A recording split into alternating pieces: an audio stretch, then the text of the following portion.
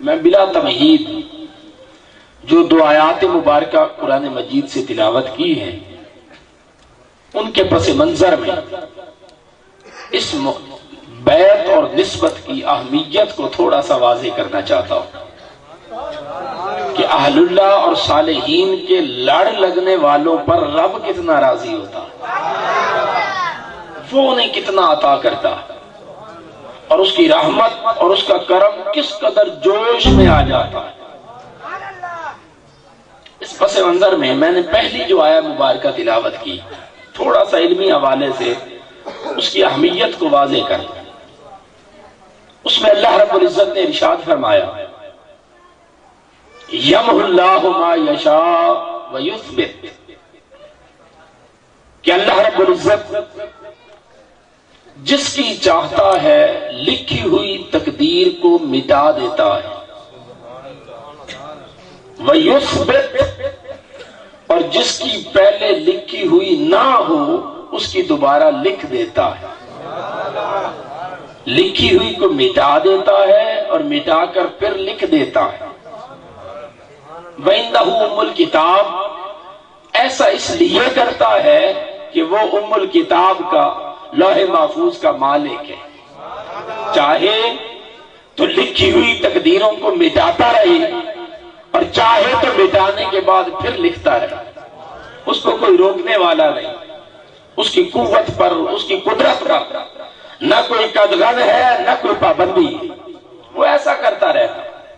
سوال یہ پیدا ہوتا ہے کہ اللہ رب العزت لکھی ہوئی تقدیر کو کیوں مٹاتا ہے اور مٹانے کے بعد اسے کیوں لکھتا ہے؟ اس کو تقدیر کو مٹانے کی ضرورت کیوں پیش آتی؟ کیا اس لیے اللہ رب العزت تقدیر کو لکھنے کے بعد مٹا دیتا ہے کہ پہلے لکھنے میں اس سے کوئی غلطی ہو گئی تھی؟ یہ سوال پیدا ہوتا ہے۔ اللہ رب العزت تقدیر کو اس لیے مٹاتا ہے کہ پہلے غلط لکھی گئی تھی؟ بولیے نا، کیا اللہ رب العزت غلطی کر سکتا ہے؟ وہ تو غلطی کرنے سے پاک ہے، اس کا تو علم کامل ہے، اس نے تو پہلے لکھی تھی، درست لکھی تھی، اور مٹاتا ہے تو مٹاتا بھی درست ہے۔ جب پہلے درست لکھی ہے اور اس میں کوئی امکان خطا نہیں ہے، وہ درست ہے اور صادق ہے اور کامل اور اکمل ہے، اور کوئی خطا کا شائبہ اس میں ہے ہی نہیں، تو پھر لکھنے کے بعد تقدیر کو کیوں مٹاتا؟ دوسرا سوال یہ پیدا ہوتا ہے کہ کیا اس لیے مٹاتا ہے کہ تقدیر کو لکھنے کے بعد اللہ رب العزت کا ارادہ بدل گیا؟ جواب آتا ہے نہیں، وہ متغیر الارادہ بھی نہیں، اس لیے کہ ارادے کا بدل جانا یہ علم کی کمزوری ہوتی ہے، علم کا نقص ہوتا ہے۔ اللہ رب العزت اپنے علم کے ہر قسم کے نقص سے بھی پاک ہے، ہر قسم کی خامی سے بھی پاک ہے، متغیر الارادہ بھی نہیں۔ آپ مثلا کوئی ارادہ کرتے ہیں، یہ جاوید لاشاری صاحب مجھ سے انہوں نے یہ پروگرام لیا تو ایک دن پہلے کا لیا، ارادہ تھا، ہم نے پروگرام کو فیزیبل بنایا، اس کو قابل عمل بنایا کہ یہ پچھلی جو رات گزر گئی 11ویں کی، اس نے اس میں ہونا تھا۔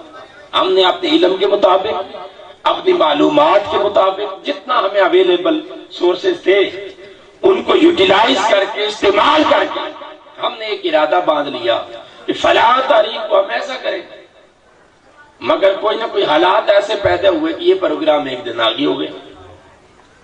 آپ ارادہ بناتے ہیں بھی آپ آئندہ ہفتے یوں کریں گے، کوئی منصوبہ بناتے ہیں، گھر تعمیر کریں گے، اس پہ چھت ڈالیں، جب خاص دن آتا ہے بارش ہو جاتی۔ کیا آپ کو پہلے پتا تھا کہ بارش ہوگی؟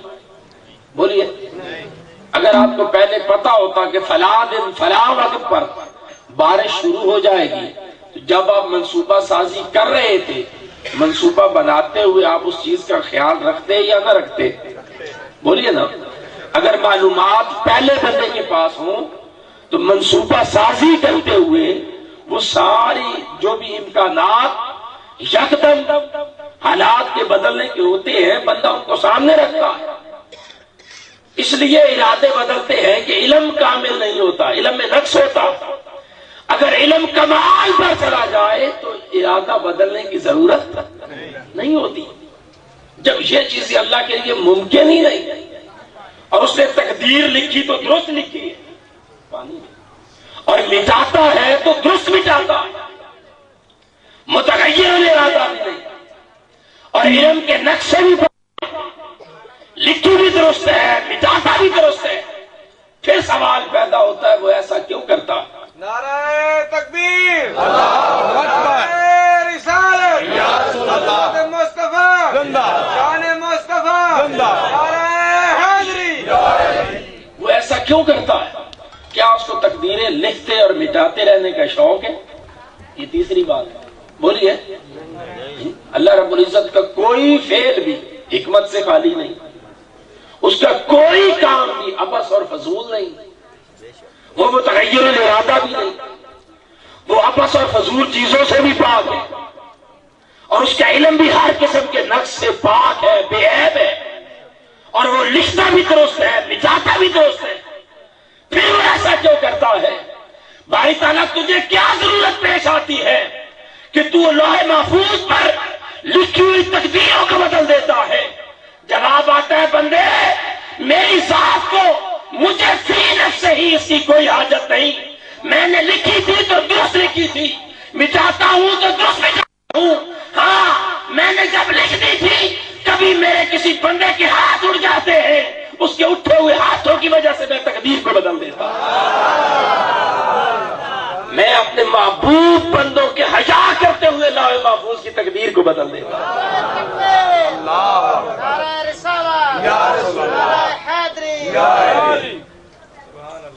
اس کی مجھے حاجت نہیں ہے، میں نے تو لکھی سے درست لکھی تھی، مٹاتا ہوں تو درست مٹاتا ہوں، اس کی حاجت مجھے نہیں۔ ہاں کبھی غوث پاک کے ہاتھ اڑ جاتے ہیں تو تقدیر بدل جاتی ہے، تقدیر بدل جاتی ہے۔ میں محبوب، میں حیادار ہوں، اپنے محبوبوں کا حیا کرتا ہوں کہ ان کی انگلی کا اشارہ ہوتا ہے لوح محفوظ کی تحریر بدل جاتی ہے۔ اس لیے فرماتا ہے یمحو اللہ ما یشاء ویثبت، میں جس کی چاہتا ہوں تقدیر کو مٹا دیتا ہوں، ویثبت، اور مٹا کے دوبارہ لکھ دیتا ہوں۔ آگے فرماتا ہے بندو تم میرے محبوبوں سے جا کر کیوں جھگڑا کرتے ہو کہ ان کے کہنے پر تقدیر بدل جاتی ہے؟ وہ کہتا ہے ان سے جھگڑا نہ کرو، ان کا اشارہ پا کر تقدیر کو بدلتا میں ہوں، اندہ ام الکتاب، کیونکہ میں اس کا مالک ہوں۔